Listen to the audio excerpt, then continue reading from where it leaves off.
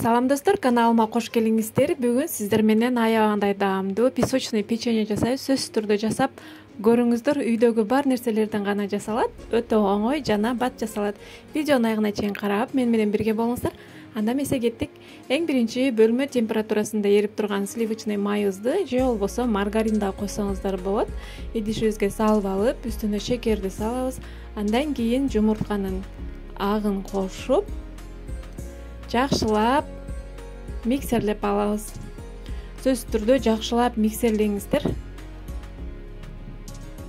Май менен шекер аралашып, ушундай крем сыяктуу болуп, аппак абалга келиш керек.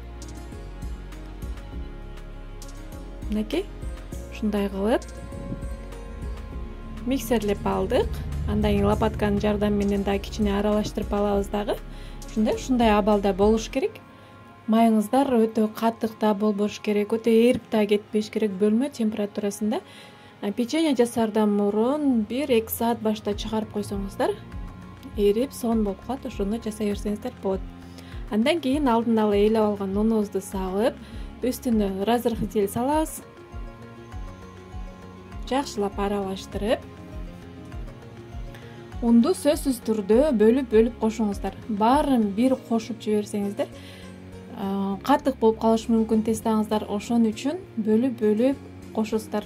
Бул жерде 400-450 граммдай un кетет. Мынакей, унду 2-3кө бөлүп кошуңуздар.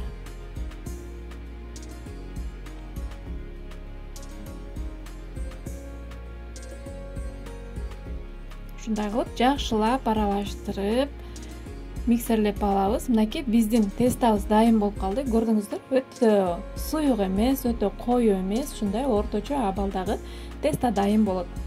Андан кийин кондитердик мешокко ушундай форма салып алабыз дагы.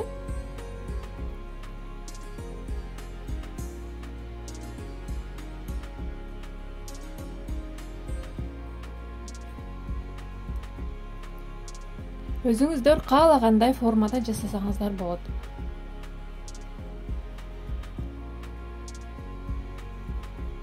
Насатканын түрүн пайдалансаңыздар болот. Мен насатканын ушундай түрүн пайдаландым.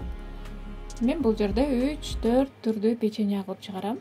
Ар кандай кылып өзүңүздөрдүн фантазияңыздарга жараша печеньялар жасап алсаңыздар болот. Мен ушундай биринчисин ушундай формада кылдым. Андан кийин ушундай тегерек печенье жасадым. Ушундай ар түрдүү кылып жасап берсеңиздер дагы балдар кызыгып жешет. Мынакей, ушундай кылып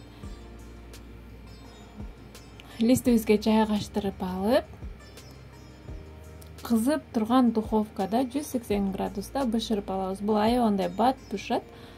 10-15 минутага эле жетпей бышып калат. Өзүңүздөрдүн духовкаңыздарга карап бышырып аласыздар.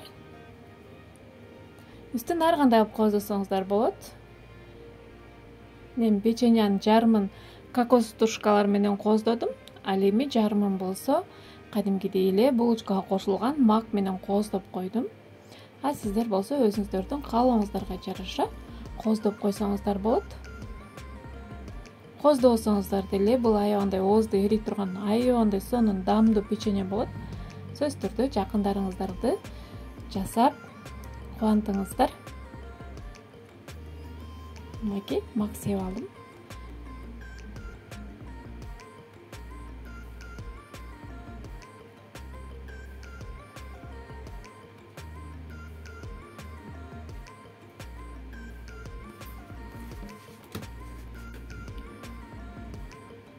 Мынакей, биздин печеньяларыбыз дайым болуп калды.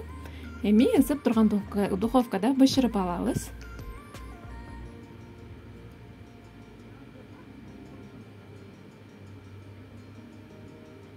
Мынакей, духовкага кетти.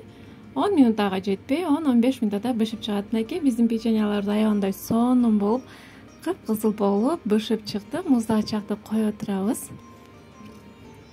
Сиздер дагы сөзсүз түрдө жасап көрүңүздөр. Эгерде кандайдыр бир сурооңуздар болсо, комментарийга калтырып кетсеңиздер, мен сиздерге сөзсүз түрдө жооп бергенге аракет кылам. Көңүл бурганыңыздар үчүн чоң рахмат.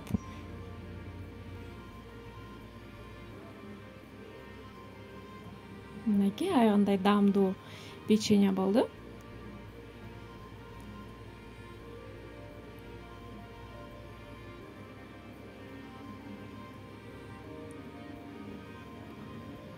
даамдатып жеп дагы көрдүк. Сиздер дагы сөзсүз түрдө жасап көрүңүздөр. Кийинки видеодо жолугушканга чейин аман туруңуздар. Көңүл бурганыңыздар үчүн чоң рахмат.